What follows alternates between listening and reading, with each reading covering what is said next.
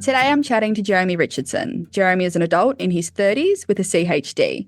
He lives an active life, rich with travel, sports, and from a family who were some of the first to kick off HeartKids in South Australia. Back then, when there's so few people having experienced this and the ways of communication not being what they are now, like you basically only met people or found out about it because you were at the hospital. There's no YouTube, there's no MySpace, there's no podcast, none of this is available to them.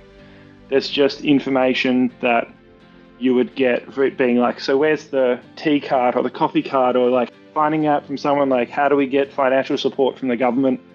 Yeah, it was so different and hard to do back then. Before we begin, we would like to acknowledge the traditional owners of the land of which we record. We pay our respects to elders, past and present, who are part of the world's oldest continuing culture and the first storytellers. We acknowledge the importance of supporting health for all peoples, now and in the future.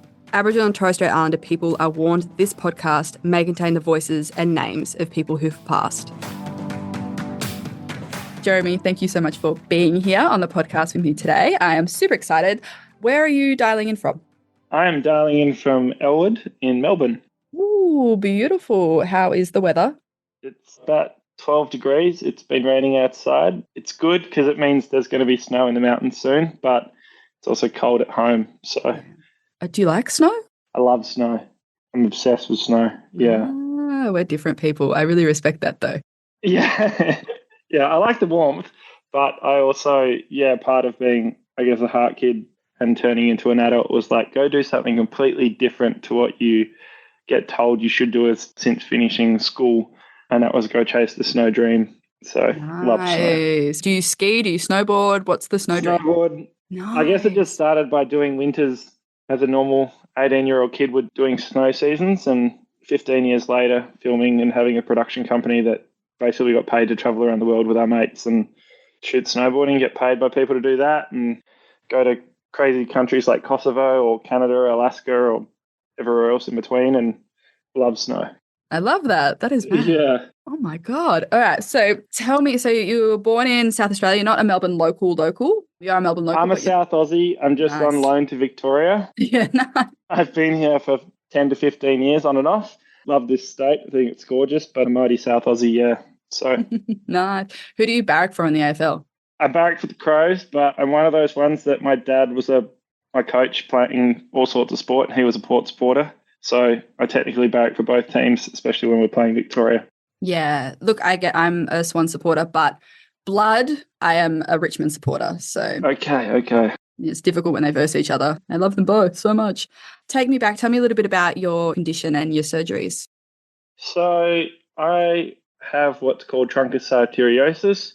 I guess for those that don't know, there was basically a hole in my heart, and then the pulmonary artery came off the aorta as if it was a tree branch. So 10% of oxygen was sort of going towards my lungs and the rest was going towards my body. And that's the surgery that got stitched up and put back together. When I was a kid, basically, first few days, mum and dad were stoked. They were like, yes, our son's healthy and finally we've got one, because mum had a couple of miscarriages prior to that. So, but then day 5 came along and Dr. I think it's Haslam was his name. He basically said, look, something's amiss. We need to do more tests.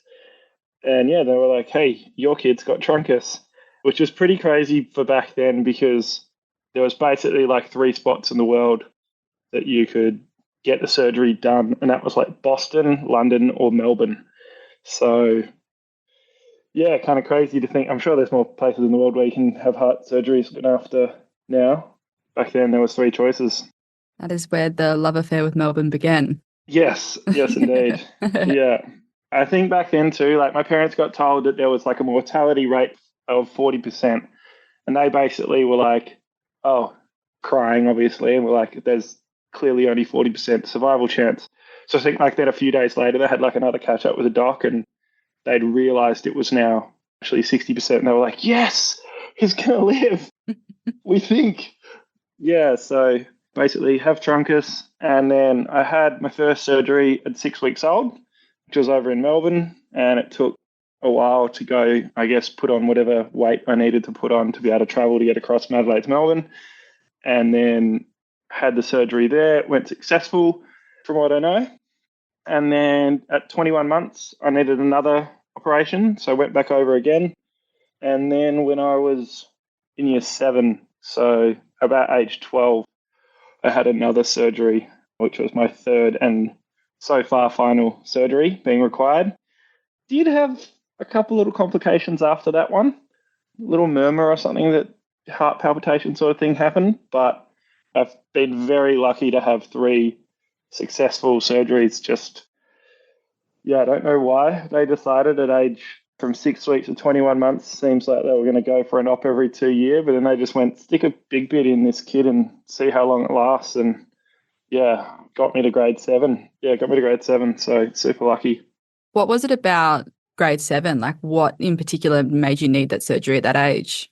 I guess I basically had my yearly checkup, and when I went in there, they went, ooh, there's a bit of a leaking going on, or something was amiss. So it wasn't long before I remember going in, and they obviously did some tests and put me under, and then I woke up and they're like, next day, they're like, we're going to Melbourne very soon. And I was like, no, we're not. What? And the funny part about was that being a South Aussie and a young kid, I played a lot of footy growing up, loved my sport.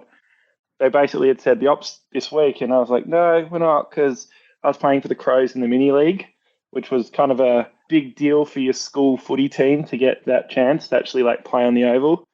And back then, I think as well, like we actually had the whole of footy park. We weren't like subdivided into like one tiny little area. Like we were literally the mini league in the matching Crows jerseys and walking out and doing all that stuff. So we postponed the surgery, I think, by a couple of weeks so that I could play. Nice. Which I have no idea if that was a reckless parenting decision or just like the most dope thing my parents have ever done, but it was pretty cool.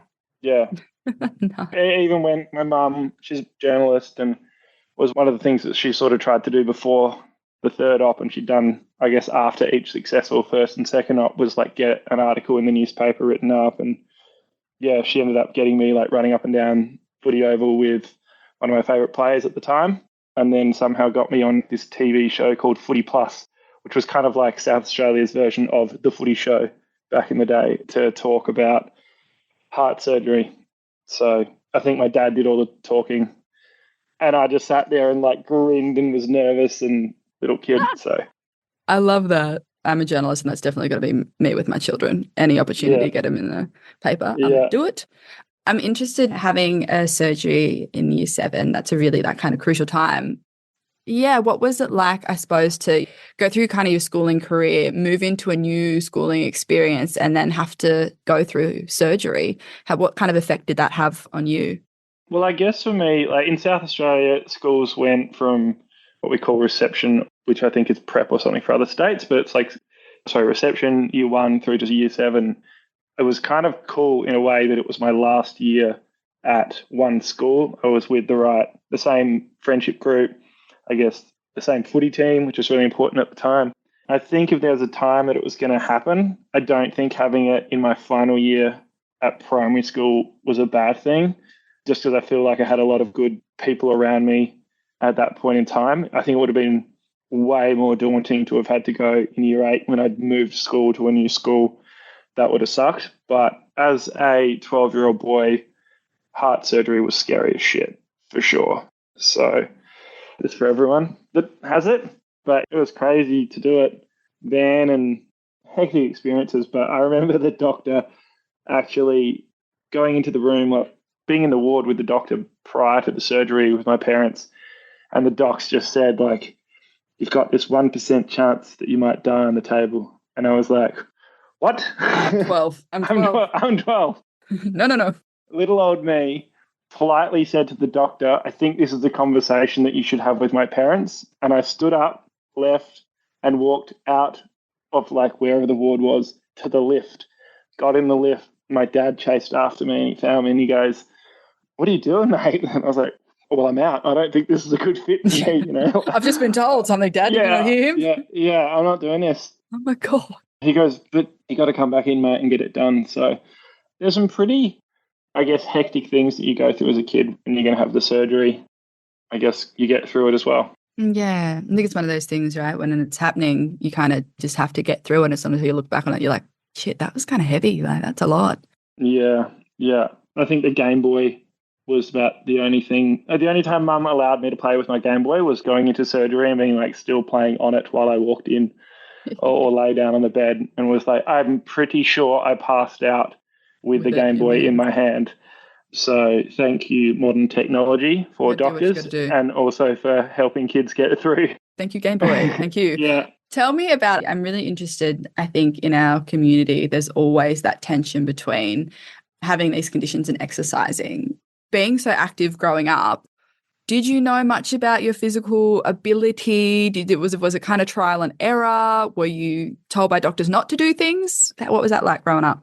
I was never told not to do things. I'm so lucky that we're like being born when I was, heart surgeries had been a thing that you could deal with and have operated on for only a couple of years. So, especially for kids. So, yeah, for me, I don't know why I was so lucky, but yeah, I just played sport all the time. I ran around, I rode my bike, I played cricket, tennis, footy, water polo, swimming, whatever. And there wasn't really much that I couldn't do. I was never like a fast kid. I was fit because I probably never sat still. But no, it was really interesting to not have anything restricting me. But at the same time, I remember them being a little bit more worried about like if I got a cut or something, whether my blood would be too thin or this or that. But yeah, I still climbed trees and fell out of trees and yeah. Can't stop kids from being kids, like no matter how Yeah, much you try. yeah, yeah. I'm super fortunate that my parents were just supportive enough and chill enough to go like, yeah, go ride your bike down the street, go live. Like, I think it was like that time too when I was at age 12 where they said, look, we can put this piece in and you may not be able to play sport afterwards. Or we can put this piece in. It might not last as long, but it'll be a human replacement bit. My first op was like a pig's valve that I actually had. But yeah, being the human replacement bits, it was just like, yeah, cool, it's worked. Let's go again. It's an interesting thing like to talk about this now as an adult, and I know that a good friend of mine's neighbor, his one of the little kids in the family, he couldn't really play sport when they'd found out about his surgery, or when he'd had his surgery, he was sort of advised not to play sport. And I found that a little bit challenging to be like, what do you mean you can't play sport? You should definitely play sport. I think that's a really interesting like point is that kind of like, as you said before, my parents, as much as sometimes I was not sport motivated, I have been an academic person. I wish I loved sport. I do not. We're just not compatible, and that's fine. So my parents would never let me use my heart as an excuse. I had to go to every sporting carnival. I had to do everything. I played netball, played touch, did everything. And I really value that my parents did that, where it was like, oh, actually, we're not going to put the heart thing at the front of your experience of childhood. We're actually going to put your experience of childhood at the front of that and prioritize that for you. Do you feel that in what your parents have done for you? I feel like they just said, well, I feel like they just were 100% supportive of giving life a go. Finishing high school, I'd played state water polo for like 4 or 5 years, played footy, was in the first or the seconds team for that as well, and was pretty competitive at every activity I did. And then it was like, all right, you're going to finish high school and still got good grades, but the ability to like, what do you do next? How do you then go and take on your life as a heart kid? And we had family friends who'd done snow seasons before, and even like my cousins had done all these snow trips, and we were not snow people. Me, my mum, my dad, and brother, like we went to the beach in the summers, and in the winter, obviously, I was playing footy, so there was no correlation between that and the snow. But basically, I went, I'm going to go and do something good for my year between finishing school and potentially going to university. And it was either like go to summer camp in America or maybe do a snow season. And Dad just went, well, there's an expensive airfare to go to America, or there's probably like a bus or a train ticket and you can get across to the slopes. So I went and did that and just chased something different. But yeah, Dad was just like, mate, if you are either working a job or doing something you love doing, I'm good with that. Yeah. so supportive. And he's like, if you're sitting on the couch and you're 18 for like 2 or 3 months and you're playing video games, I'm not supportive of that. If you are going to do anything, we're stoked for you, I guess, and we're proud of you that you're doing it. Yeah, I rate that. And that, look, from what I understand, you're a bit of a HeartKids legacy. So mum and dad supportive in the life, but also in the advocacy kind of stuff. Tell me about, their connection to HeartKids.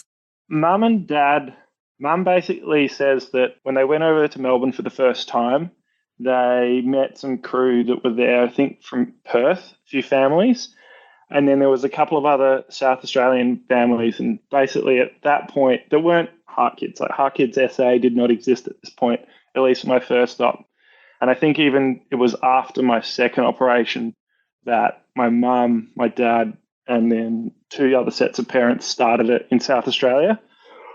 Yeah, they basically would organise some picnics and some get-togethers for people. And back then, when there's so few people having experienced this and the ways of communication not being what they are now, like you basically only met people or found out about it because you were at the hospital. There's no YouTube, there's no MySpace, there's no podcast. Like none of this is available to them.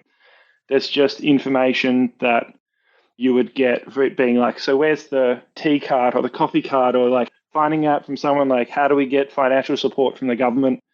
Yeah, it was so different and hard to do back then. Where is the X-ray machine? All of those things. And what is all this weird technology back then? Because I remember getting like I think it was the Echo back then, and like the machine took up 3/4 of the room and made weird whooshing noises and stuff, which I'm pretty sure they do now. But yeah, just like it was so different. So yeah, they started it up, but then probably within like 2 to 3 years, it felt like every time we went to the picnic grew and grew and grew and grew. And I think within about probably a couple of years, there was 20 families and 50 families and 100 families and then however many more. And they sort of stepped aside and I was healthy and all was good. I guess they just got on with parenting and handed over the baton. But it's pretty incredible to think, because I think one of the things that like my mum did as the journalist was like hit up the local newspaper, the advertisement, was like, right, when my son survives, you are writing a story about this. And she would just make it like the biggest feature piece she could, so that there was more information out there and about it.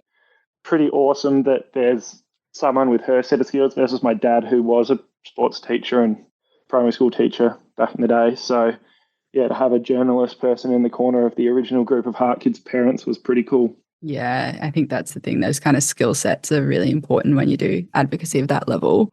And even like, I think to kind of riff off what you're saying is like, when I think about self-care and health and all that kind of stuff, I think self-care and like looking after yourself definitely has a place, but I really appreciate community care and having spaces where you can come together, you can ask the dumb questions to people who also have the answers to the dumb questions, or dumb questions themselves, dumb questions in a clinical sense. Yeah. Just the ability to be in amongst a group of people who like know what you're going through and you don't have to over-explain yourself or anything like that. I think like growing up, going to those meetups and being in that space, did that kind of help your kind of heart identity and the way that you felt about your anatomy?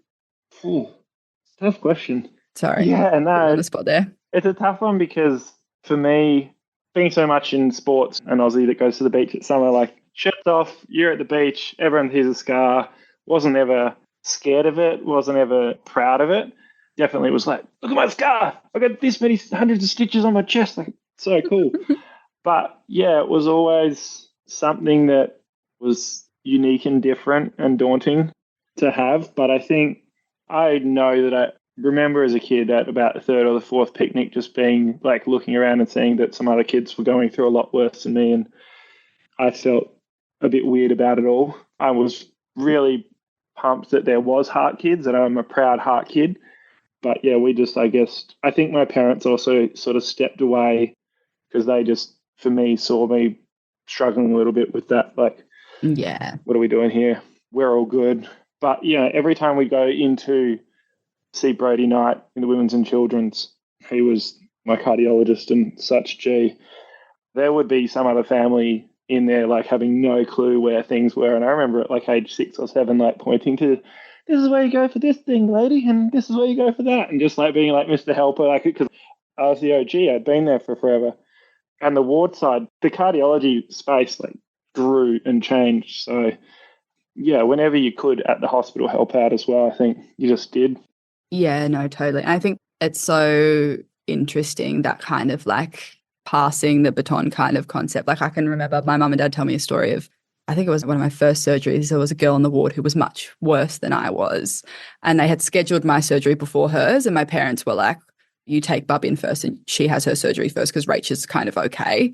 And just kind of that moment between my parents and her parents of like, we see each other, we get this, and we've got each other's back. And I think it's really, really beautiful. I love that kind of stuff. And I think it's nice to have those kind of moments in our journeys where we acknowledge how lucky we are, but we also see other people in our community that we care for in different ways as well. Yeah.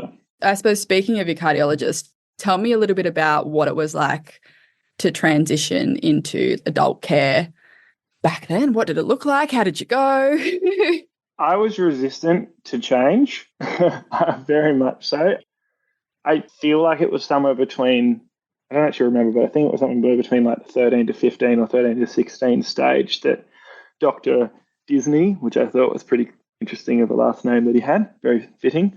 He came into the room one time when I was there with Brody Knight and I got introduced. And so I was like, here's your new doctor. And I'll give them credit. Like they were pretty good. Like I don't think I had a full changeover for like a couple of years. I think I met him twice before he became my official person. I didn't like that very much though. To be honest, I would have stayed there. I was like, nah, Brody, like you've been my man since day dot. Who is Dr. this Disney, guy? you can leave. Yeah, I was like, you're for the other kids. But for me, I've got my guy. But I I'm think set for life.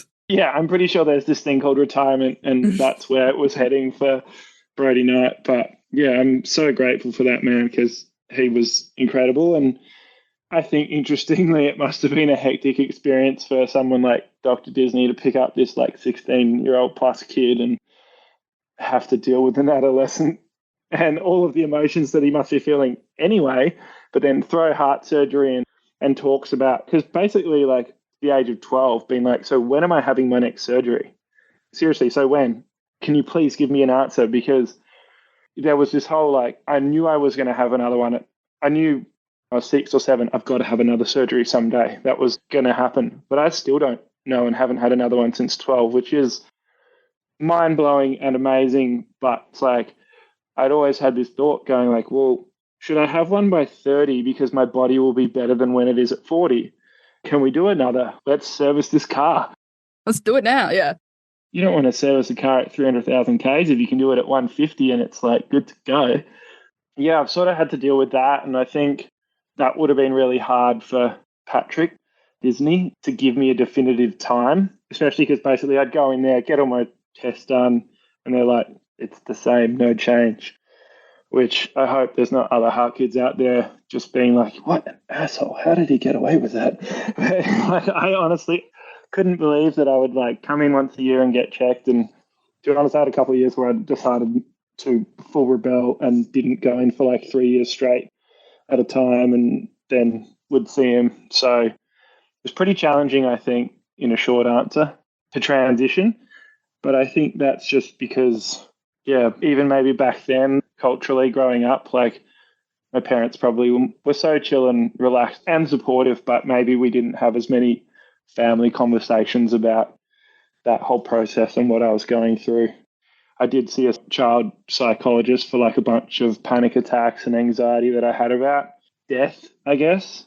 Still, I guess, see different psychologists about that. I think the number one thing that a heart kid can do, and I would say this, like it is the coolest, best, most awesome thing you can do, is get a psychologist and talk to that person. They are only there to be the most loving, supportive, caring people that have your back. And even though you're having to pay for someone's time to have a good chat, it is so worth it. It's unbelievable. I had to deal with it a lot during the COVID lockdowns here in Melbourne. And yeah, it was like the best decision I ever made was like going and getting like another 10, 20 sessions and locking it in. I think that would have been something that like I just wish I'd been told that by like, if Brady Knight said, mate, you and me, we're going to go do some sessions together, we'll go do it. Legend. Yeah. Yeah. No, I completely agree because it's like it's heavy stuff that is in your head kind of Oh, constantly. As you were saying before, the kind of thought of like, when am I going to have another surgery? Like we live our lives with this kind of question mark above our health all the time. And that's not yeah, really a normal experience. It comes with yeah. questions and feelings that are really complex. Do you still feel that like, I don't know when I'm going to have my next surgery kind of tension and anxiety? Yeah, 100%. So last year I had the weirdest thing happened was like I was swimming down in the middle of a pool, and I'm all about stories, so you're going to get long ones on this one. But swimming down in the middle of the pool, and I've done like 300 or 400 meters thinking I'm going to do 2K and I'm totally fine. And I basically felt like I was having a heart attack in the middle of the pool. I was like, what is going on? Pulled over to the side, got out, went to hospital. They're like, did some tests and then went, nah, you're good.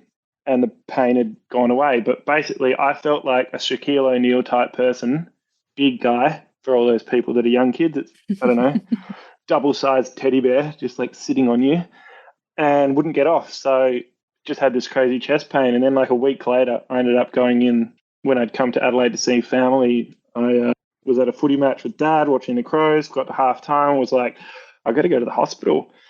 And yeah, I ended up being in there for about 5 or 6 days, and it was to do with pericarditis, which was my first time being like, so you get chest pain for anything other than the heart surgery that you've dealt with? No, I thought it was only What do you mean? yeah, no, seriously. Like I have always thought that I've never had any other heart pain. I've had my appendix come out. I ruptured my spleen because I was snowboarding. My appendix was just el natural. I've broken my jaw in a bunch of spots. I've torn ligaments. I've done all these other adventure things. And every single time I've gone in, they're like, so do we need to know anything else about you? And you're like, yeah, I have my heart kit. They're like, do we need to speak to your doctor? I was like, is my heart fine? And they're like, yep. And there's never been an issue. But yeah, last year there was these two big incidents, and I'd been going through a bit of a stressful time, I think, in general. Wasn't exercising as much as I should have, as well. Was being a stepdad at that point in my life. So just a bit more added stress that you'd put into someone who hasn't done that before.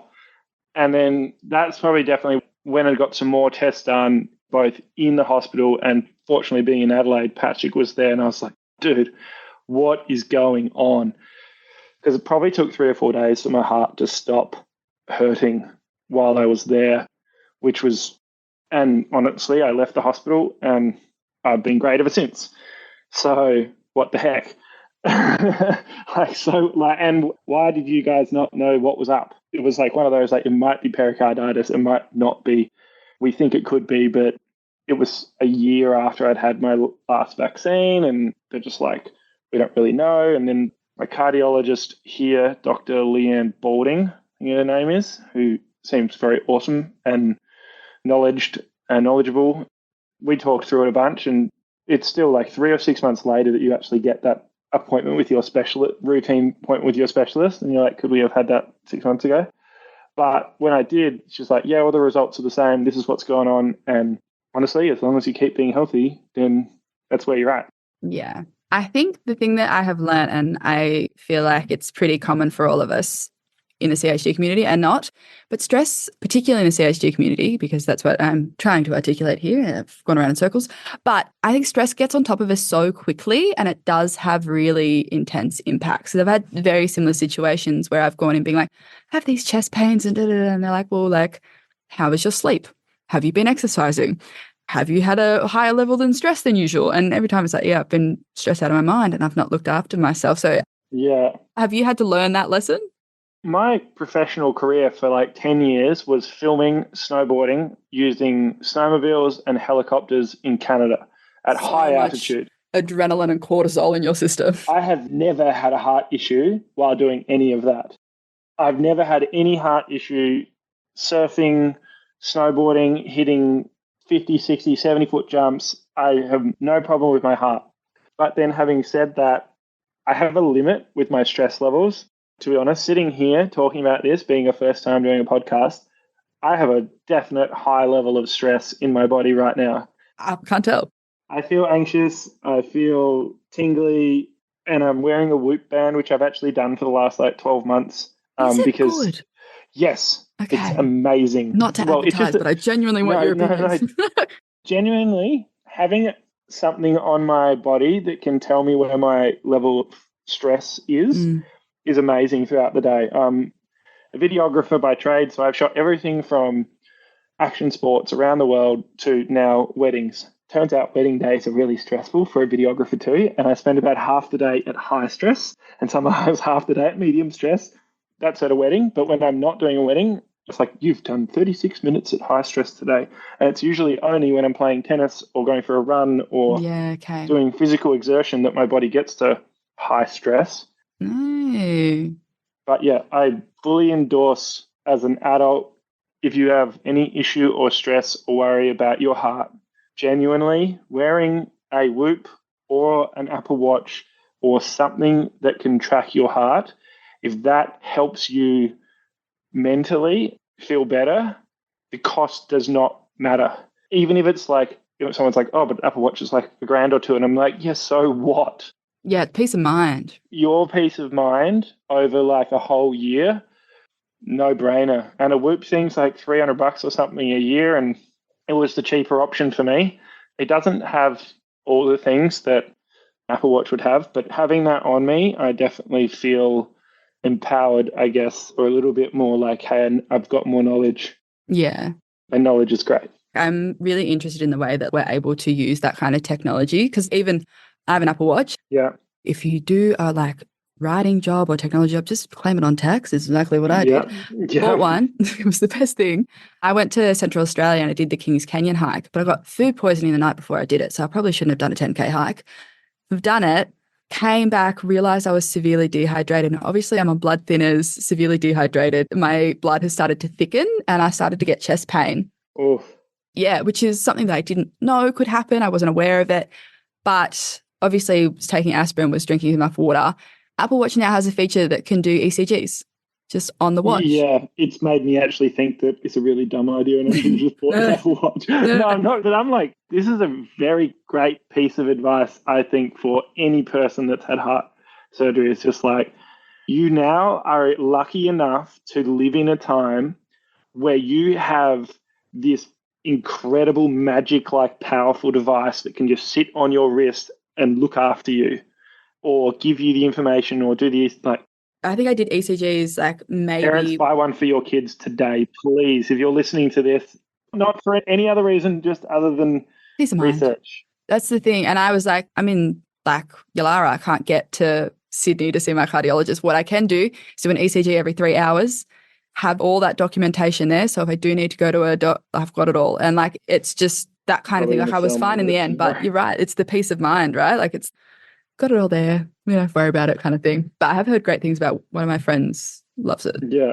Yeah. One of these bits about my mum and dad being here from the start and realizing like the tools that they had at their disposal and even the tools that we all had till like 5 to 7 years ago is phenomenal what an Apple Watch can do. It's crazy. It's crazy.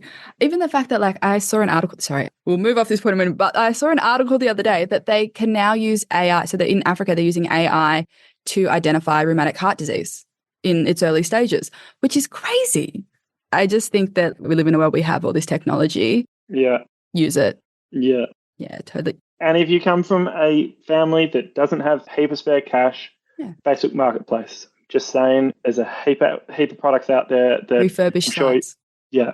Because it's been probably the best thing that I have for myself is that, and I'm sure you feel the same when you go to a hospital and you're like, oh, my chest is sore, I better go to the ER.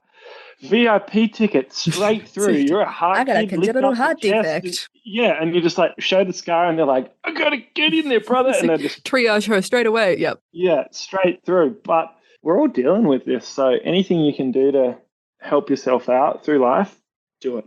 That's it. And I think like a lot of the time we have this heightened level of like we don't really stress until there's like, oh, we really need to stress. So having those tools at that point is fantastic. I think that's great because I think we have very much a higher pain and stress threshold than most.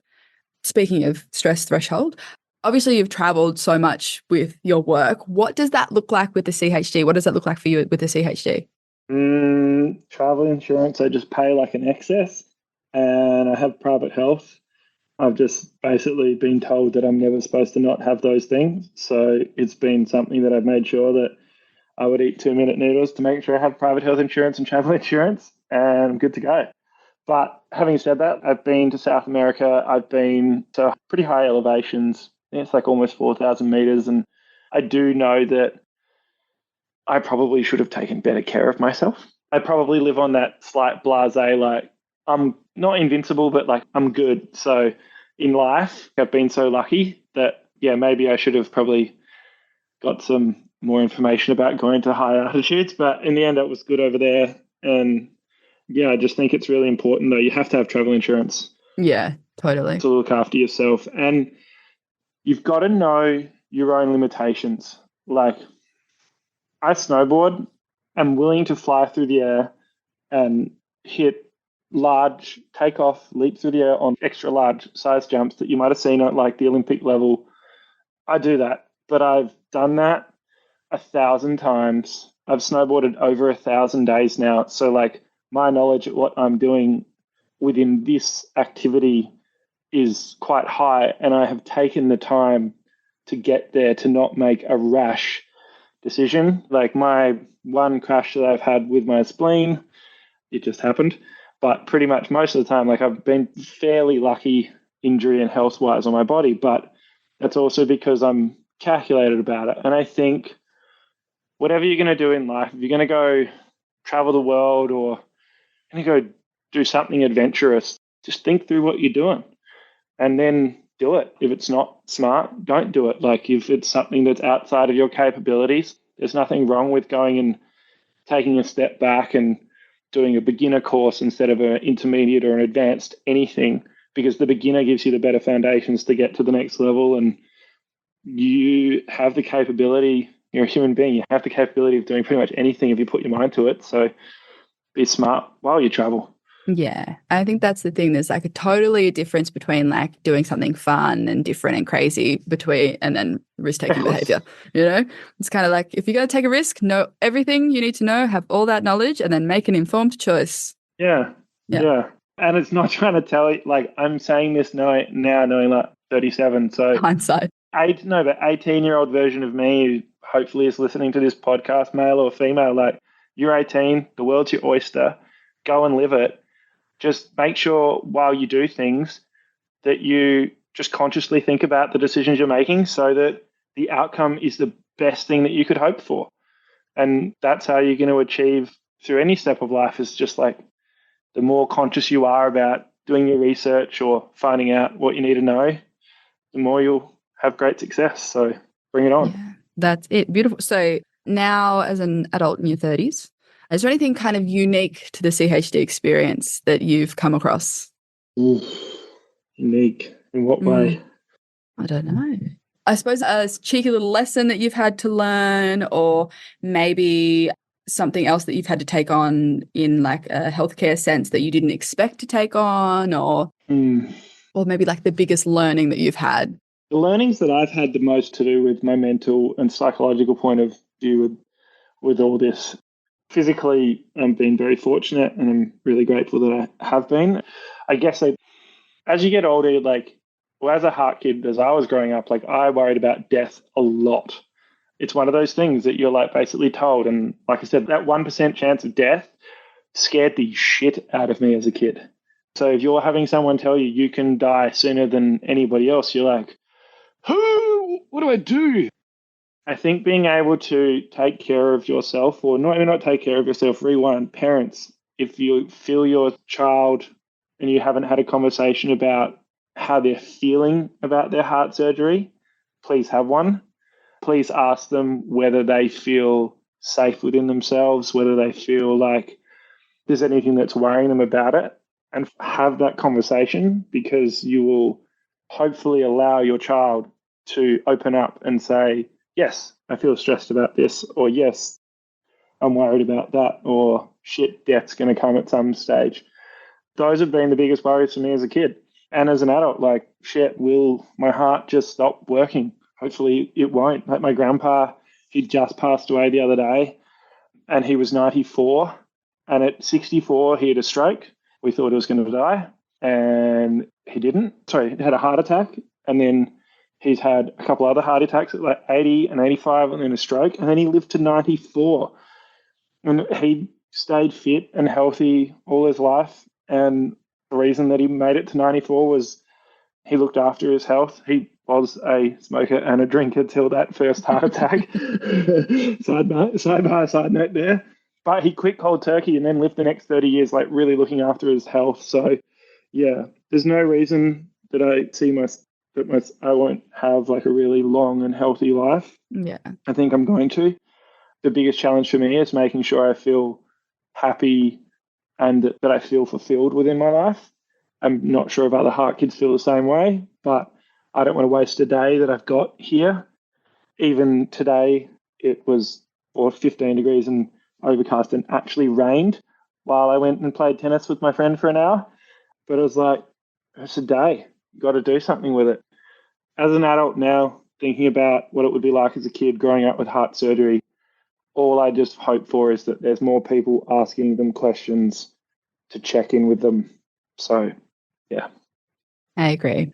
I relate to that so much, and I agree entirely. I think it's like a lot of the time, particularly in clinical settings, the conversations kind of happen over the top of the kids. We kind of get a little bit left behind, particularly like when I was growing up very much. I can't speak to what it's like now of kids in that system, but that's it. And then starting to have those conversations about, oh, hang on a minute, I don't really know what's going on and I'm feeling a little bit nervous. And am I allowed to feel this way? Because everybody says it's a good thing that we're going to do. So I think let the kiddies have their voice. We love them. Yeah. And it doesn't matter if you're not an active kid or if you're musically, whatever you want to do with your life, it's your life. You just happen to have a surgery that now there's millions of surgeries that didn't even exist 20, 30 years ago or 37 years ago. But yeah, you've had an operation. It's a thing. It was serious. You got to deal with it. Yeah. But the world's your oyster. If you ask for support, I'm sure parents are loving enough to be there. And there's all these other people out there that would love to help and support. So ask questions if you don't have enough answers. That's probably the other thing is, as a bloke, sometimes we don't ask enough questions. So my advice is when you're there and you're speaking to your doctor, ask them. You're paying their bills, so they're there to tell you what's up. That's it. They can wait 5 more minutes because I've got 60 questions in my notes app for them. So yeah, bring it. Beautiful. They're all of my questions. Is there anything else you'd like to talk about or like to add?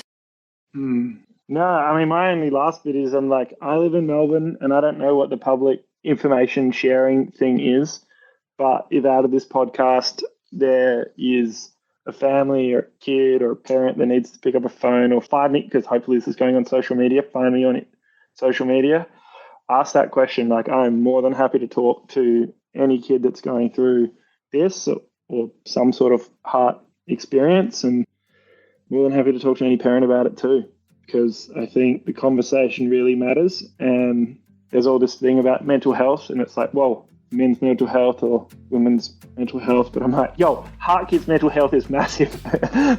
Mm-hmm. Yeah, definitely. I'm here to talk if people want to have a chat. Beautiful.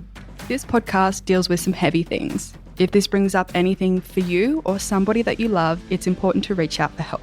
The Heart Kids Helpline provides support, advice, and guidance for people impacted by childhood heart disease. You can call the helpline on 1800 432 785. To access more information about childhood heart disease as well as support from Heart Kids, visit the website heartkids.org.au. The information on this podcast is not a substitute for medical advice from your doctor or healthcare team. Always talk to your doctor about matters that affect your health or your family's health.